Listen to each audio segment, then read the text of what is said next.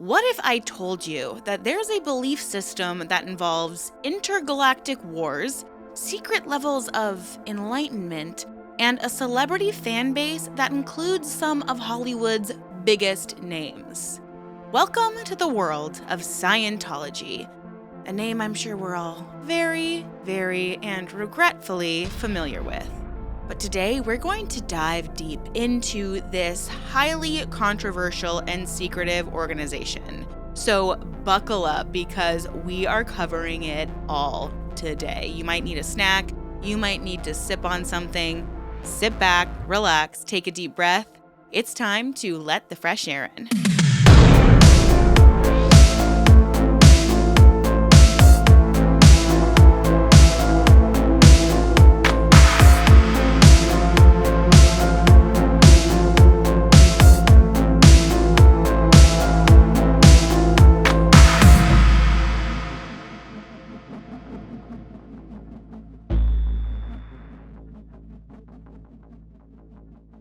Hello, everyone. Welcome back, or welcome if you're new. My name is Erin, and I am fascinated by all things cults, true crime, and unique spiritual practices. I post at least one video a week on one of these topics, so if you're into this sort of thing, please consider subscribing. I would absolutely love to have you here. Before we jump in, I want to say thank you to today's sponsor of the video, Aura. Now, I've been working with Aura for about a year, and I can attest that I have total peace of mind now. But it wasn't always like that, because I did get notifications of massive data breaches that affected my private information. I mean, it's so scary to think that someone might have my personal information out there. I'm talking my social security number, where I live, and my entire name. Identity theft is such a threat these days because literally everything we do is online or on our phone. I mean, just last year, there was a national public data breach that affected the records of 2.9 billion people. But I had total peace of mind because Aura has data broker opt-out. So anytime any of my personal information tries to get sold on the dark web, I get an alert and they will automatically take all of my information off of the website. I don't even have to do anything. It's totally automated. And not only that, you get identity theft protection, with Aura offering $1 million in identity theft insurance. And if something like your credit file has been tampered with or accessed by someone you don't know, Aura offers financial fraud protection. What I always say about Aura is it is full spectrum online protection for you and your entire family, because it also has parental controls. Not only that, but Aura has a VPN that can further protect you and your information on the internet and also get you access to other streaming services. It's just perk after perk after perk. Not only that, you get an antivirus, you get password protection, and you get 24/7 access to Aura's American-based team. So you will always be able to get help when you need it.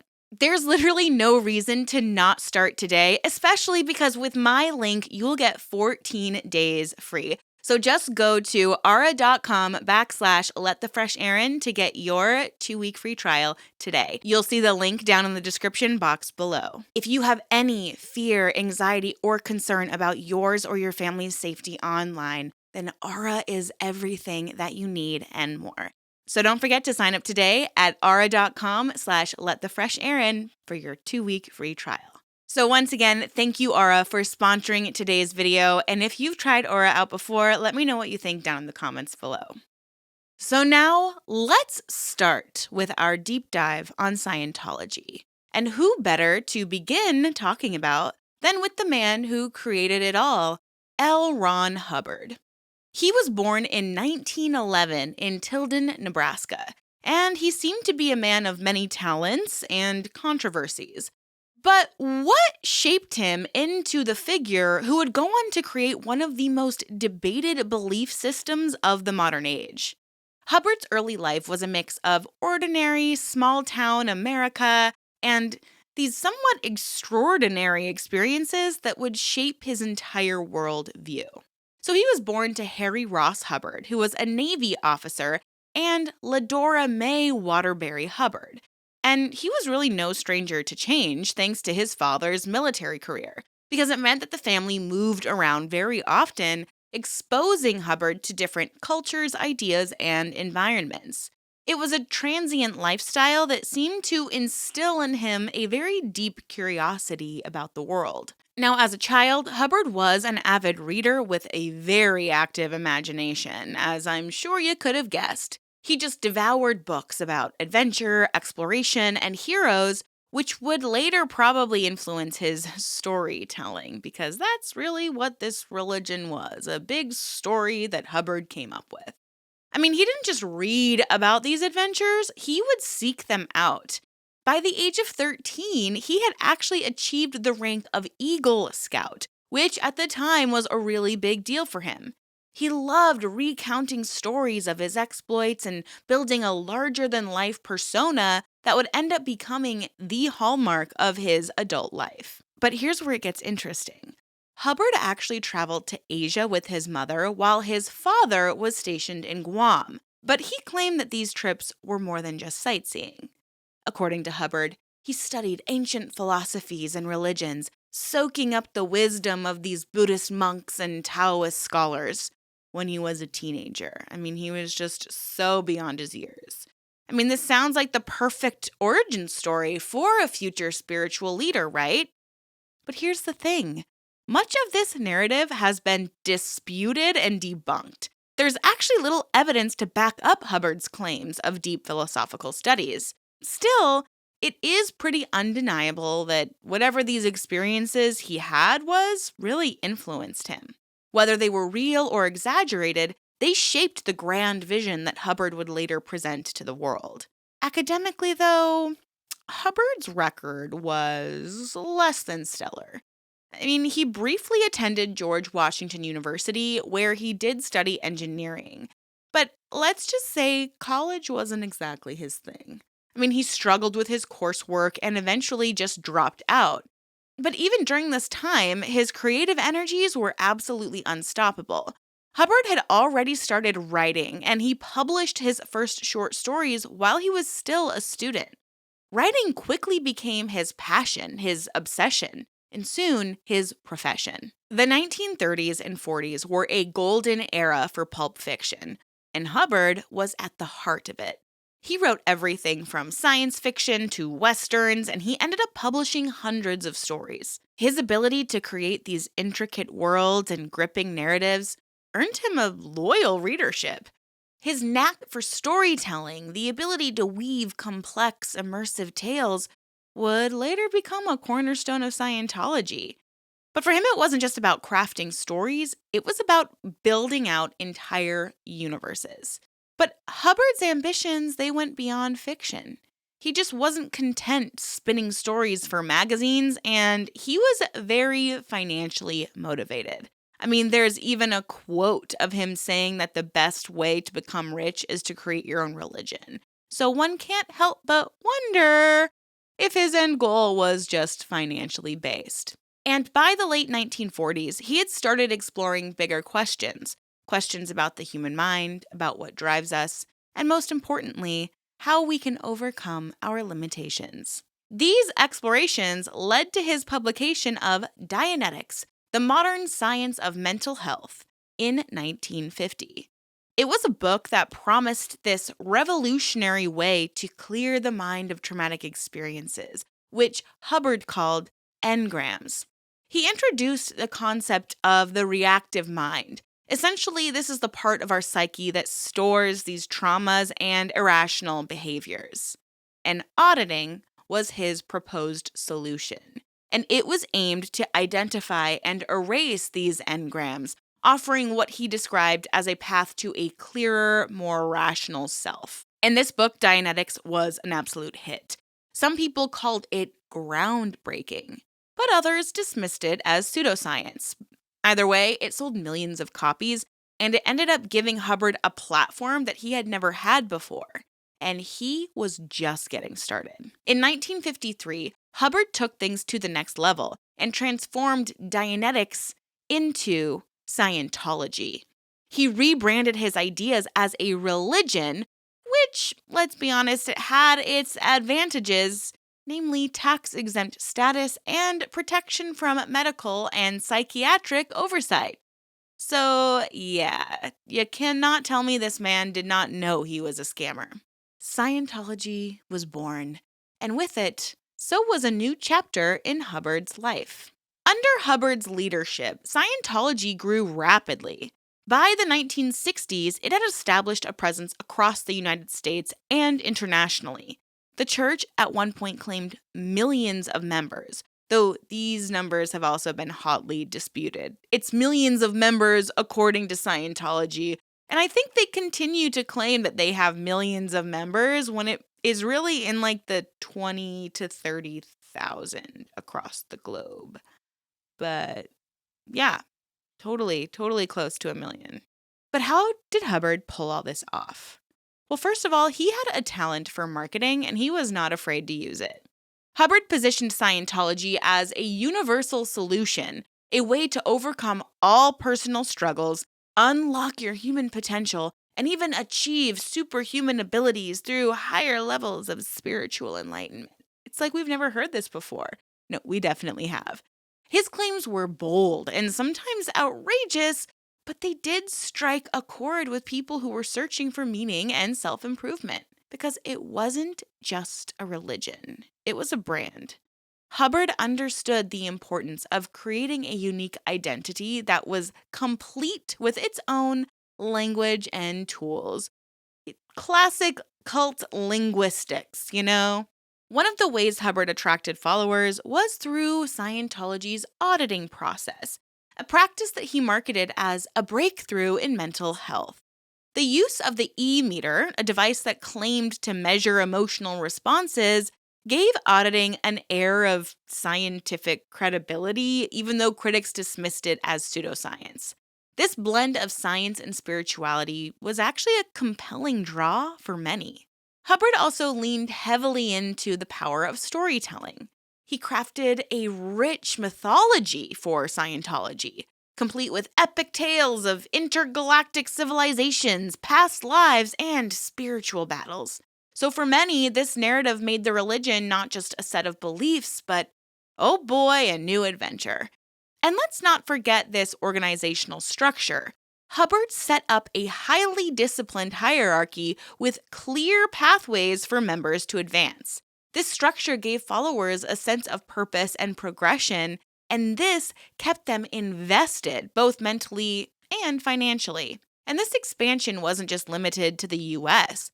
Hubbard pushed Scientology onto the global stage, establishing centers in major cities around the world. The church's growth was fueled by aggressive recruitment strategies, including seminars, workshops, as well as one-on-one outreach.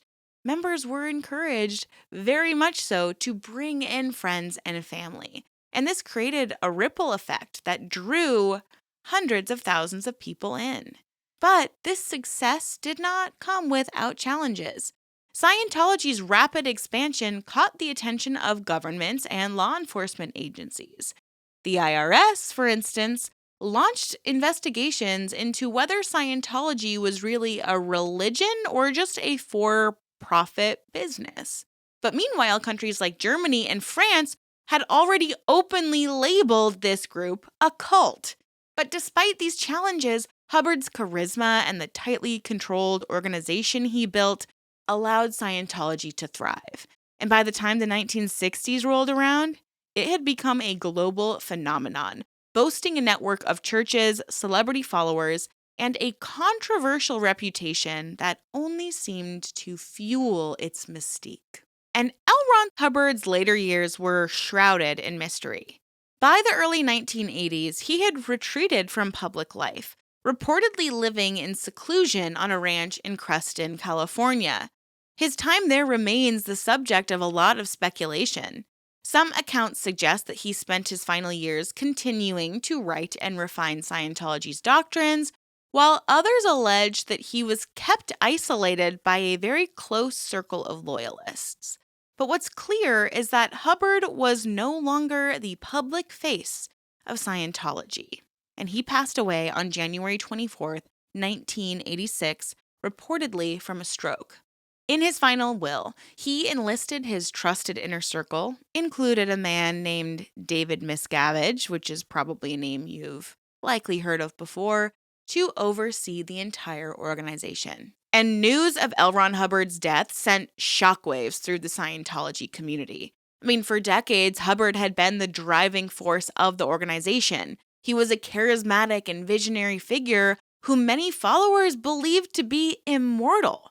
So, where was he? Did he really die or just disappear? Or perhaps he'd become so enlightened he was just on a new plane of existence.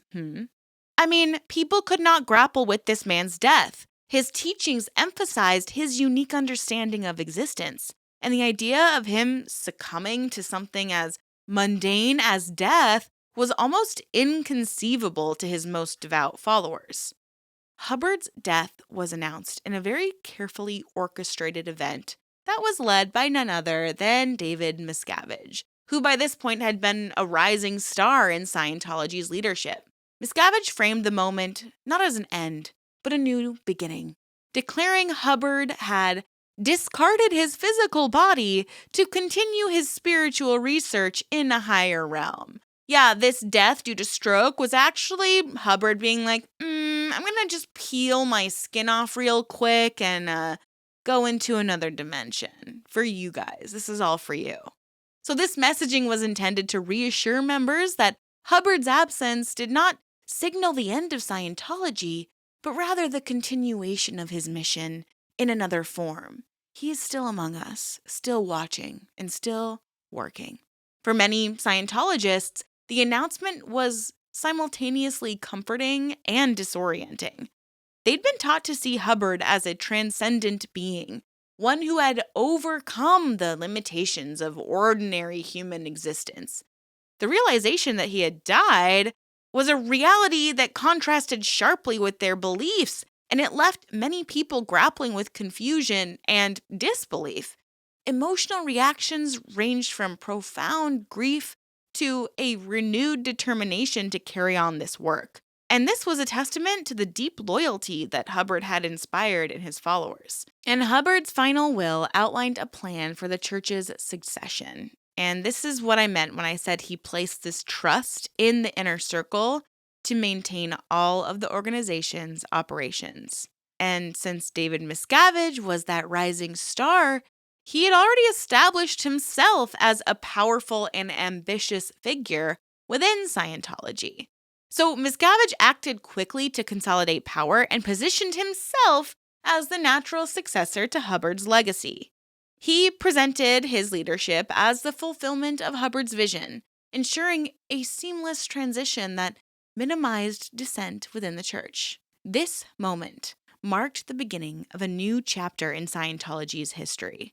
Under Miscavige's leadership, the church would achieve significant milestones, such as regaining its tax-exempt status in the United States in 1993. Yet, it would also face growing scrutiny and controversy, as critics accused Miscavige of fostering a culture of control and abuse. Hubbard's death left a void not just in leadership, but also in the spiritual identity of the organization. And this was a void that Miscavige sought to fill with his own authority and his own vision. Now, Miscavige was a protege of Hubbard, no doubt, and he had been a prominent figure within the church for many years. He was known for his very intense demeanor and organizational skills, so it was really easy for him to assume power. So, by the late 1980s, he had firmly established himself as the de facto leader of Scientology. But former members describe Miscavige as a polarizing figure. He was both a savior who kept the church alive, but also a tyrant who ruled with an iron fist. Despite all the controversies, Miscavige remains at the helm of Scientology, and he continues to steer the organization through its modern challenges. His leadership style, for better or worse, has defined the church in the post-Hubbard era, making him one of the most scrutinized figures in Scientology's history. And don't you worry, we are going to be back to talking about this problematic leadership style a little bit later on in the video.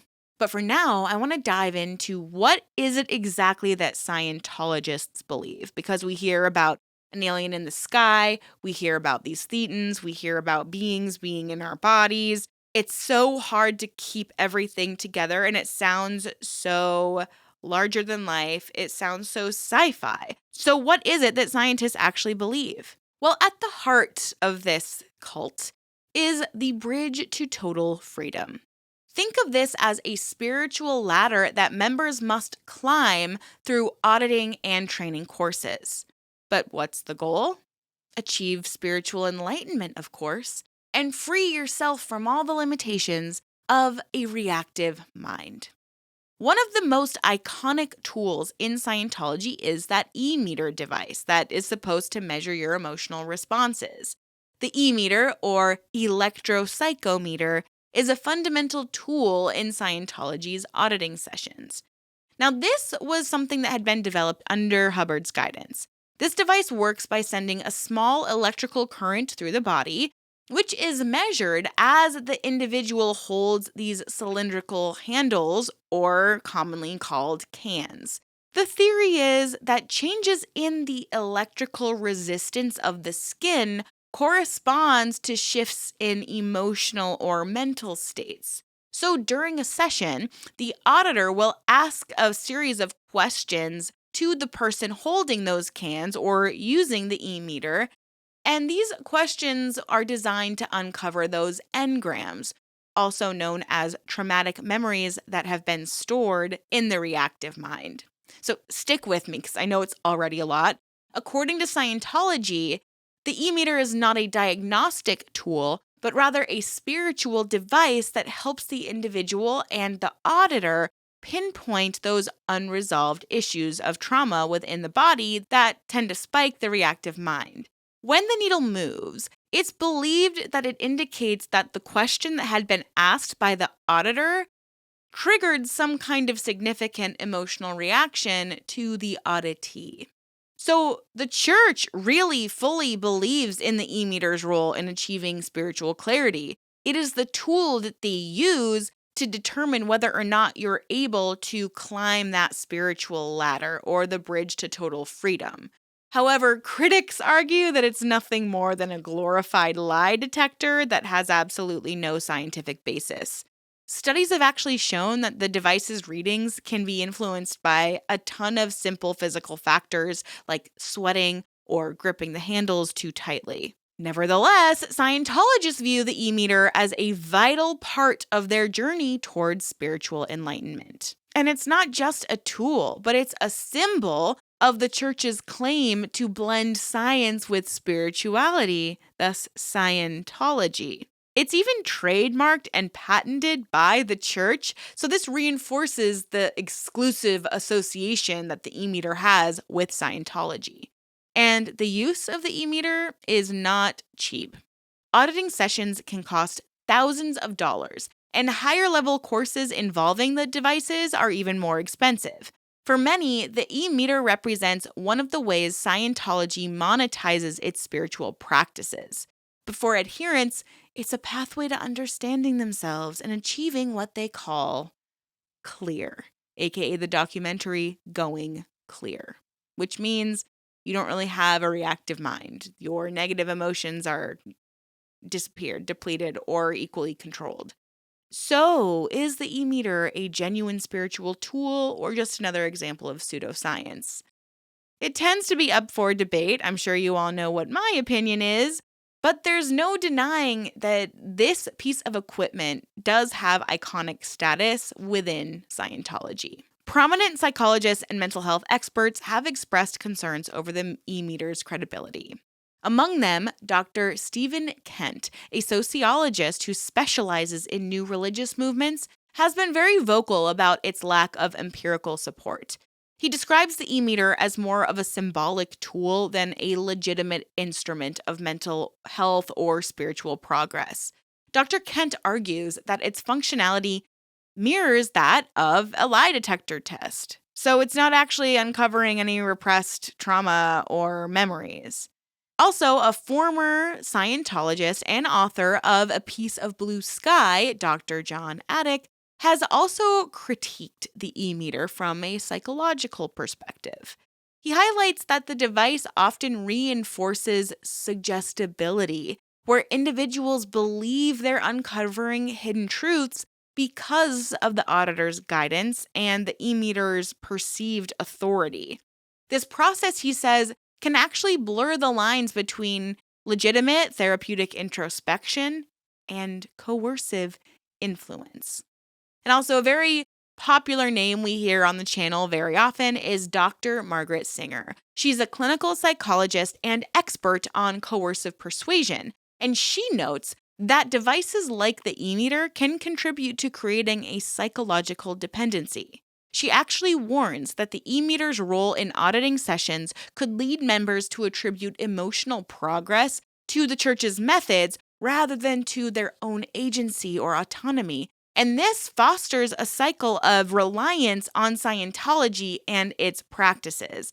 Basically, this means that people are constantly attributing all of their emotional progress to Scientology rather than to any self-reflective work that they're doing. So these experts, along with organizations like the American Psychological Association, stress that the e-meter has absolutely no scientific validity. Instead, they caution that its use might actually exploit the vulnerability of individuals who are seeking clarity or healing. And this is turning a potentially introspective process into a tool for control and financial gain. So now we're going to pivot and talk a little bit about the operating thetan levels, or OT levels, because they are among the most controversial and enigmatic aspects of Scientology. These levels, the OT levels, represent the advanced stages in a Scientologist's spiritual journey, where adherents aim to achieve heightened states of awareness and control over their spiritual and physical existence. The e-meter is a device that helps measure your level of operating thetan. So this OT, or operating thetan, is a central concept in Scientology, and it refers to the spiritual state that Scientologists strive to achieve through these advanced courses and those auditing sessions using the e-meter. The term combines two key elements. One is a thetan. So in Scientology, a thetan is the individual's true spiritual self, essentially the person's essence or soul. It's described as an immortal being that transcends physical form and exists beyond time and space. According to Scientology, the thetan is the source of consciousness, creativity, and individuality.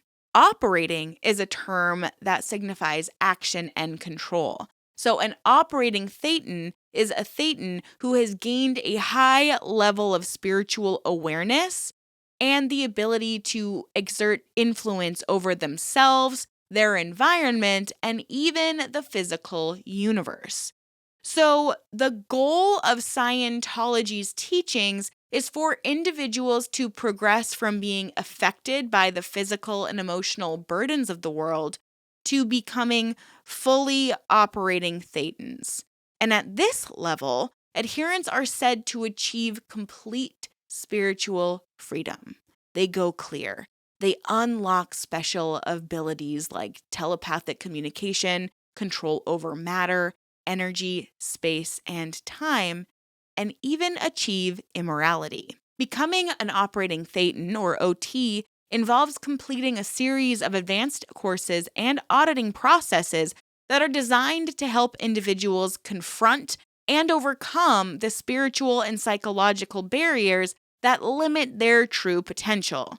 This process includes identifying and clearing the engrams, aka traumatic memories, and addressing the body thetans, or those spiritual entities that are believed to be attached to the body. So this is how I understand it, because it is a concept that kind of is very confusing for me. So you are a human being, and you have a goal to become an operating thetan. But what's standing in your way are all of these emotional traumas that basically exist almost as physical entities within the body. Those are the body thetans that are somehow attached to those negative memories or engrams So by taking these Scientology courses, you begin to clear these body thetans and these engrams, and the auditor or the E-meter is the tool that kind of measures your level of achieving that. So maybe you have 100 of these body thetans and engrams and bad memories that are in your body. And by doing this internal work with Scientology and taking all these courses, you start to clear those out and you go into an E-meter. And the last E-meter audit you were at 100, but now you're at 95. So you're slowly like climbing up this spiritual ladder. That is my understanding of all of this. As someone who has literally watched every documentary there has ever been on Scientology, that is my understanding. It feels very, very complex. I know I'm probably simplifying it a lot just to help myself comprehend and understand it. But if you have a better understanding than that, let me know down in the comments below, because it's a doozy. It's hard to communicate exactly my understanding of it. And I think that cults, and especially Scientology, do this on purpose so that the people that do get it and understand it after being in the cult for years, they have this level of ego, this level of like, oh, I'm smarter and better than you because I have a deeper understanding of what an OT is and I am an operating thetan. So, what are the characteristics of an operating thetan according to Scientology? Well, an OT possesses the following attributes: heightened awareness, control over their own life, and expanded abilities. So an OT is acutely aware of their own spiritual nature, their natural path, and the spiritual nature of others. They also have control over their life, and I mean total control. They are completely free of any limitations that the physical body and the material universe might possess. So they are able to live more intentionally, freely, and effectively. They also have allegedly advanced mental and spiritual capabilities like telekinesis, telepathy, and clairvoyance, although these claims are often challenged and remain completely unverified. The concept of operating thetan is also explored and developed through a series of levels known as the OT levels. This is the climbing of the ladder. Each ladder ring is a different level.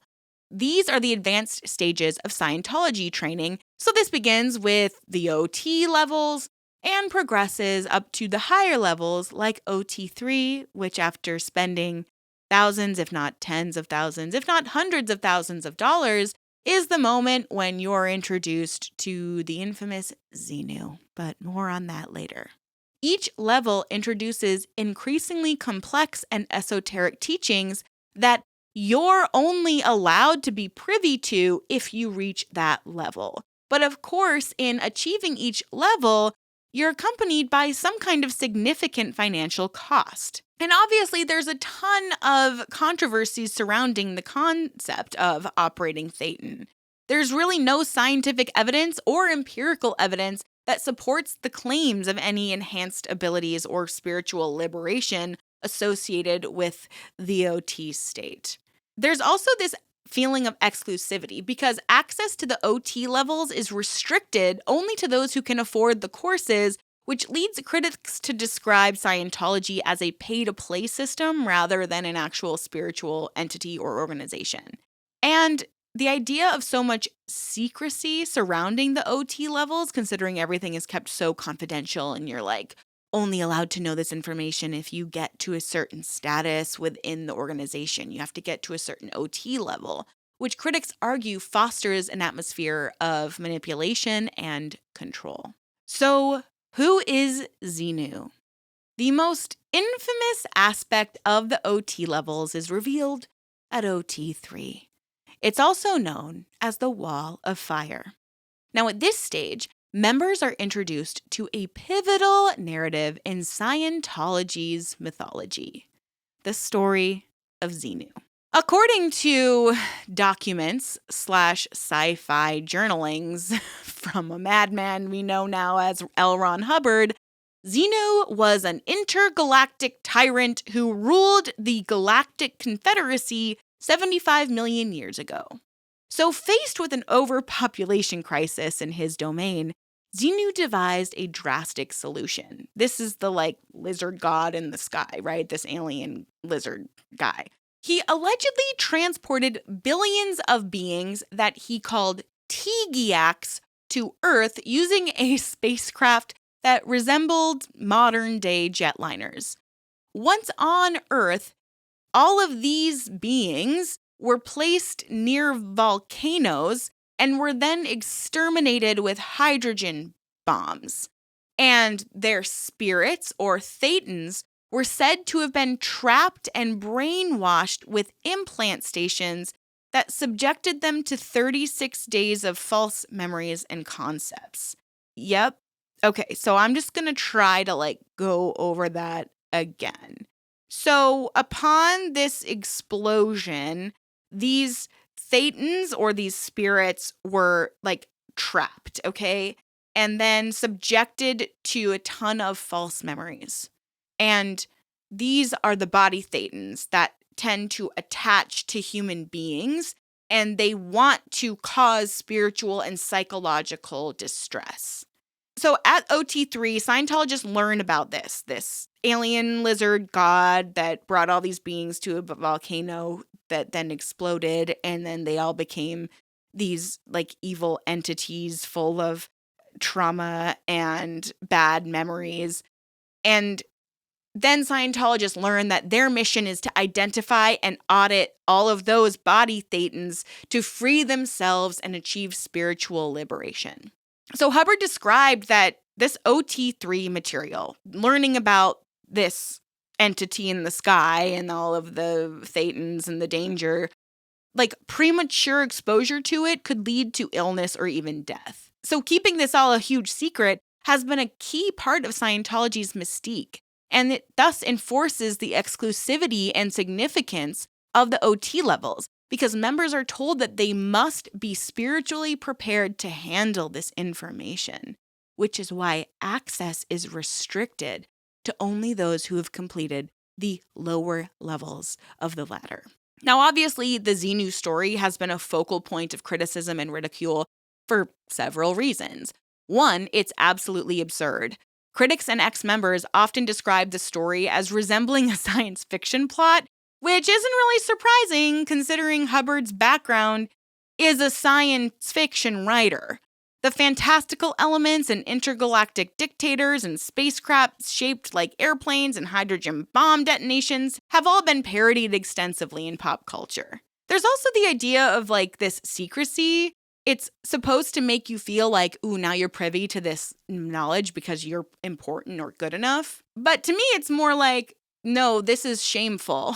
Because after this material was leaked online in the 1990s, the Xenu narrative became a lightning rod for public skepticism and criticism, and people just basically mocking Scientology. And also, it's these financial costs that create red flags now. Accessing OT3 and the higher OT levels requires a massive financial investment. Critics argue that Scientology's pay-to-play model is very exploitative, which it is, because it can cost hundreds of thousands of dollars to reach these upper levels. And there's also a deep negative psychological impact, because former Scientologists have described their reaction to the OT3 material as very disillusioning. Imagine thinking and expecting these profound spiritual revelations, but then you encounter a story that is so bizarre and nonsensical that it just makes you feel like you have wasted not just your money, but your entire life. Your entire life's mission has been for nothing. It's literally led many people to question the legitimacy of the church's motives. But what do Scientologists say about it? Well, they're taught that the OT3 material is sacred and transformative. For adherents, the Xenu narrative is less about the literal details and more about the understanding of the spiritual burdens that prevent them from achieving enlightenment. The auditing process for body thetans is seen as a practical method for addressing all of these obstacles. And the church itself rarely comments on the Xenu story publicly, and it dismisses it as a misrepresentation or totally taken out of context, of course. However, its confidentiality and centrality to the OT levels make it one of the most well-known yet enigmatic aspects of Scientology. So, obviously, critics argue that there is financial exploitation, emotional control, and a ton of violation of really vulnerable people. I mean, this pay-to-play model obviously preys on vulnerable individuals who are just trying to seek purpose or life improvement, but they literally get stuck in a cycle of debt and dependence on this group. But one of the most highly criticized aspects and practices of Scientology is the disconnection policy. Scientologists are instructed to cut ties with what they call suppressive persons, or SPs, even if those people are family members. This is anyone who is not involved in Scientology or has spoken ill of Scientology one time. Critics argue that this policy isolates members and breaks up families. Former members have even recounted heartbreaking stories of being forced to choose between their faith and their loved ones. For example, Claire Headley, a former high-ranking member of Scientology's C organization, described being cut off from her parents for years after they were labeled SPs. And Leah Remini, probably one of the most famous people who has spoken out about Scientology, left in 2013 and shared how disconnection led to the breakdown of long-standing friendships of people within the church. Critics also argue that this disconnection policy is a form of social control because it isolates members from outside influences, ensuring loyalty to the church. And Scientology defends the practice, claiming that it has a religious right to protect its members from toxic or harmful relationships. But the disconnection policy has profound consequences for those affected. Families are often torn apart, with parents even losing contact with children or siblings being permanently estranged. Former members describe feelings of grief, loss, and guilt over their participation in the experience with disconnection. Some other practices within the organization that are particularly disturbing is the idea that children are not actual children, they are just smaller human beings, and thus must be treated just like small adults. So children within Scientology are not given the same amount of grace that they would otherwise be given. They still have to work, they still have to get punished, they still have to take their classes. They are not children, they are just adults that appear smaller right now. And that to me is incredibly, incredibly disturbing. And let's say that you are considered a suppressive person and you decide to speak out publicly against the church. The church also enacts something that they call fair game, which basically means that all is fair in cult protection and war. People within the cult are allowed to do whatever they want to do to make the suppressive person's life a living hell. And oftentimes this can include being harassed, hiring private investigators to follow you around, intimidate you, scare you. And there's just nothing that law enforcement can seemingly do. It's a horrifying situation for the people that are just trying to escape a dangerous organization. People's lives have literally been utterly ruined because of this cult.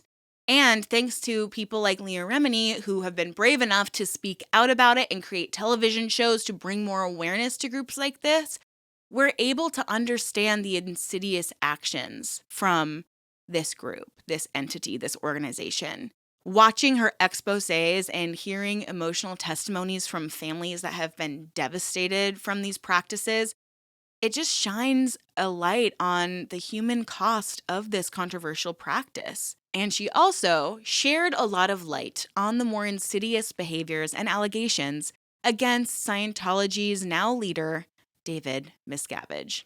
Many people have spoken out in recent years against the treatment they experienced from David Miscavige.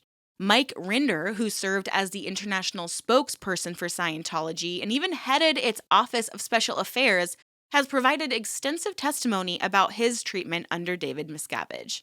Rinder was often targeted because of his role in managing the church's public image, particularly during times of external criticism or scandal. One of the most shocking incidents occurred during a meeting at Scientology's Gold Base. Miscavige reportedly became enraged over the church's handling of media scrutiny, and in front of other executives, Miscavige punched Rinder in the chest, shoved him against a wall, and screamed accusations at him. Rinder describes the assault, quote, "He hit me so hard that it knocked the wind out of me. Everyone just stood there, too afraid to intervene or even acknowledge what had happened," unquote. Rinder later revealed that these attacks were not isolated. Miscavige frequently used physical violence as a tool to assert dominance, ensuring that no one dared question his authority. Another whistleblower, Marty Rathbun, a former inspector general of the Religious Technology Center, was another high-ranking official who bore the brunt of Miscavige's anger. Now, his role often involved handling sensitive legal battles and church operations, so this made him a very convenient scapegoat when things went wrong. In one instance, Miscavige reportedly slapped Marty across the face during a strategy meeting about ongoing lawsuits against Scientology.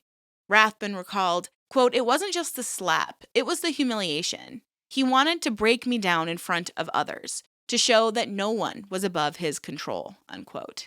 Rathbun also described sessions where Miscavige forced executives to confess supposed wrongdoing in front of their peers, creating an atmosphere of paranoia and distrust. According to Rathbun, quote, "It was psychological warfare. You were always on edge, knowing that one mistake, or even a perceived mistake, could land you in his crosshairs." Another person who has spoken out is Jeff Hawkins, who played a pivotal role in Scientology's marketing efforts during the 1980s and 1990s. Hawkins was responsible for designing some of Scientology's most successful promotional campaigns. But even success didn't shield him from Miscavige's wrath. One incident Hawkins described involved a marketing campaign that Miscavige deemed inadequate. Hawkins was summoned to a meeting where Miscavige berated him in front of others. Then, without warning, Miscavige grabbed Hawkins by the collar, slammed him against a wall, and struck him in the face.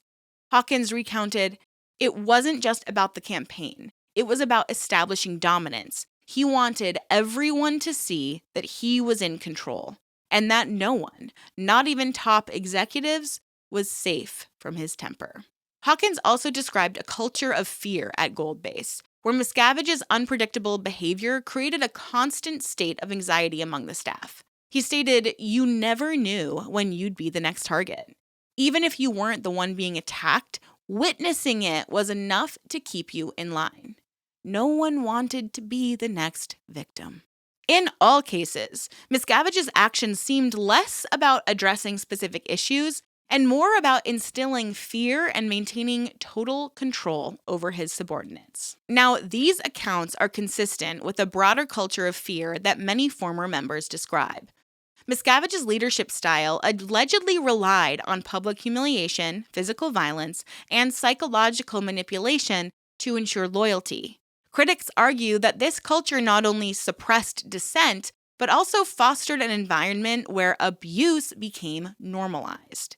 One of the most notorious aspects of Scientology under David Miscavige's leadership is a place known as the Hole, which is situated at Gold Base, the church's headquarters near Hemet, California.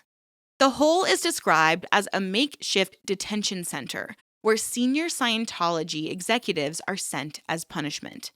Former members who were confined there recount a culture of degradation, fear, and psychological abuse, making it one of the church's darkest secrets. But what is the Hole?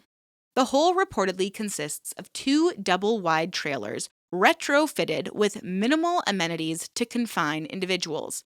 These trailers were originally intended as offices, but were then converted into a disciplinary space where those high-ranking officials who displeased Miscavige were sent for extended periods. Those confined to the Hole were often members of Scientology's Elite C organization, responsible for the church's global operations. Former members who have been imprisoned in the Hole describe a harsh and humiliating environment. The purpose of confinement appears to be breaking down individuals mentally and emotionally to ensure absolute obedience to Miscavige and the church. Those in the hole were allegedly forced to participate in group confessions, during which they had to admit to fabricated crimes against Scientology. This was often accompanied by shouting matches and public shaming sessions orchestrated by Miscavige or other senior officials. Sleep deprivation was also common, as detainees were made to work long hours or endure late-night interrogations. Basic necessities like food, water, and hygiene were reportedly neglected. Amy Scobie, a former Sea Org member, described the hole as a prison camp where detainees were subjected to degrading tasks, such as scrubbing floors with toothbrushes or cleaning toilets with their bare hands. Some former detainees allege that physical violence was a routine part of life in the hole. In interviews, several ex-Scientologists recounted instances where Miscavige himself allegedly struck individuals or incited others to commit acts of violence against those confined. Those in the hole were reportedly cut off from the outside world. They had no access to phones or any outside communication. The facility was heavily guarded, and any attempts to escape were met with severe consequences. The hole also served as a tool for Miscavige to eliminate perceived threats within the church.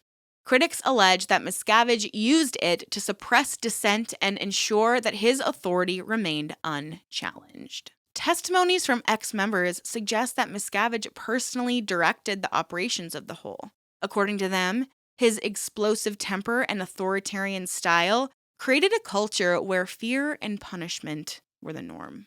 The existence of the hole became widely known through high-profile defectors and investigative journalism. Leah Remini's docuseries, Scientology and the Aftermath, featured emotional accounts from former detainees, and this sparked public outrage. The church has consistently denied the existence of the hole, dismissing it as a fabrication by disgruntled ex-members. Yeah, all of these ex-members are lying and making this up. So while no formal charges have been brought against Miscavige or the church for the hole, its alleged existence raises significant questions about Scientology's practices. Former members and human rights advocates alike argue that such punitive measures amount to psychological and physical abuse, and this violates basic human rights. But it wasn't just the privacy and secrecy of the hole where abuses had been occurring. Miscavige had been accused of berating staff members in public, using verbal abuse to humiliate and intimidate them, and create a culture of fear throughout the organization.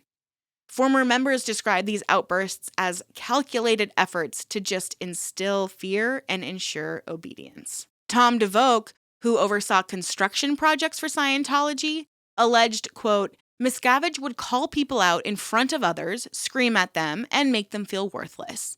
It was all part of his strategy to maintain absolute control, unquote. DeVoe also claimed that Miscavige often pitted staff members against one another, creating an environment of paranoia and mistrust. And of course, the Church of Scientology has repeatedly denied all of these allegations of misconduct by David Miscavige. In official statements, the church has called these claims fabrications by disgruntled former members.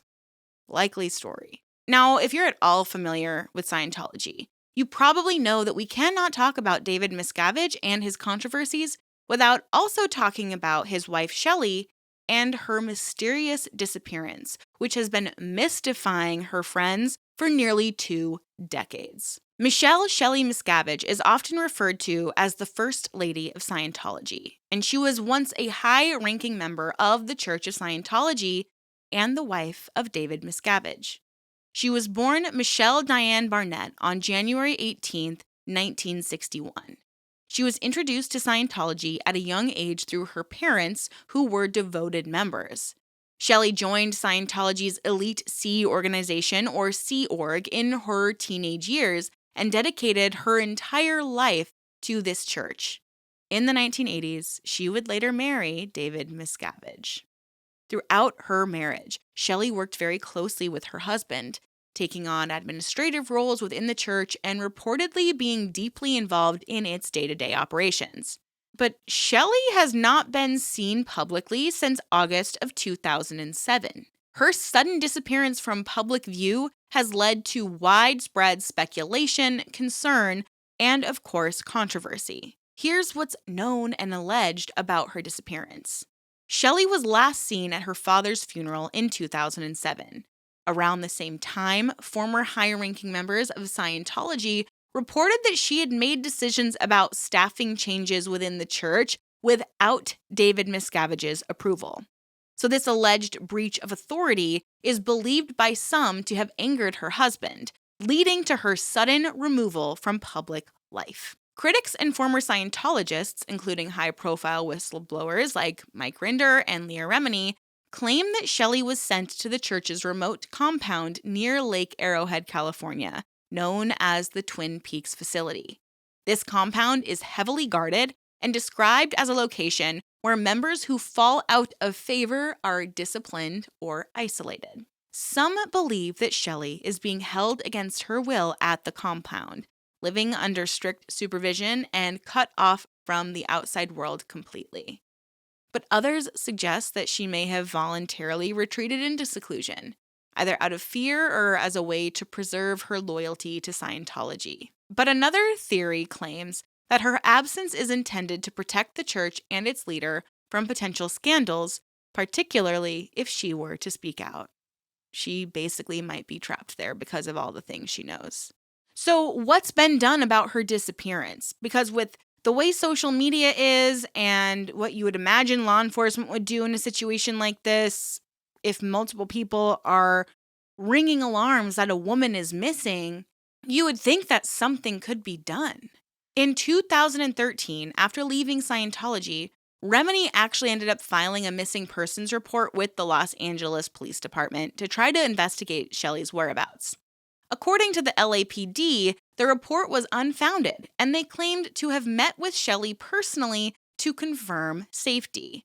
However, critics, including Remini, remained skeptical of these claims, accusing the LAPD of being influenced by Scientology, or they showed up to this place, to David Miscavige's home in this very highly secluded area, and asked where Shelly was, and he said, oh, she's fine. And since they're married, there's no real legal way for them to enter the house because it's her own husband saying oh yeah, I saw her. Yeah, she's fine. But it's so concerning that no one has had any eyes on her. The only people we're supposed to trust is the person who allegedly is harming her, holding her against her will, or something even more tragic. Now, of course, the Church of Scientology has consistently denied any wrongdoing or allegations regarding Shelly's disappearance. They claim she's living private life, devoted to her work within the church, and doesn't wish to be involved in public life. The church has also accused Leah Remini and other critics of exploiting the situation for personal gain or to just simply discredit Scientology. So where are we now, almost 2 decades after her disappearance? There's just been no concrete evidence that has emerged regarding Shelly's exact location or circumstances. Her absence continues to be a source of concern for critics and a focal point of Scientology's controversies. As of now, her situation remains unresolved in the public eye. Now, one of the other most controversial topics that we must discuss when it comes to Scientology is its tax-exempt status. In 1993, the IRS granted Scientology recognition as a tax-exempt religious organization, and this was a decision that came after a protracted legal and public relations battle. In 1967, the IRS had actually revoked Scientology's tax-exempt status, accusing the organization of operating more like a commercial enterprise than a religion. The IRS argued that Scientology's income was primarily used to benefit L. Ron Hubbard and other top officials rather than fulfilling a genuine religious mission. For more than 2 decades, Scientology fought back with aggressive tactics, including filing over 2,000 lawsuits against the IRS and its employees, hiring private investigators to dig up personal information about IRS officials, and conducting public smear campaigns. This relentless pressure culminated in a private meeting in 1991 between David Miscavige and then IRS Commissioner Fred Goldberg. In this meeting, Miscavige reportedly offered to drop all legal action and investigation against the IRS in exchange for a tax-exempt ruling. The IRS ultimately granted Scientology's tax-exempt status in 1993, a decision that both baffled critics and legal experts alike. The church hailed the ruling as a monumental victory, but skeptics questioned whether the IRS had capitulated under pressure. Critics argue that Scientology's tax-exempt status allows it to operate with little transparency while amassing vast wealth. Organizations like the Freedom from Religious Foundation and high-profile defectors have called for the IRS to revisit this decision. They claim that Scientology's practices, such as charging exorbitant fees for courses and auditing sessions, are more akin to a for-profit business model than a religious one.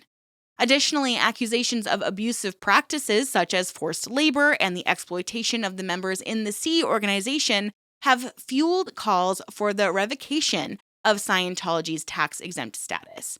Critics argue that these actions violate the ethical standards expected of tax-exempt religious institutions. In addition to its tax-exempt status, Scientology has become known for its extensive real estate portfolio.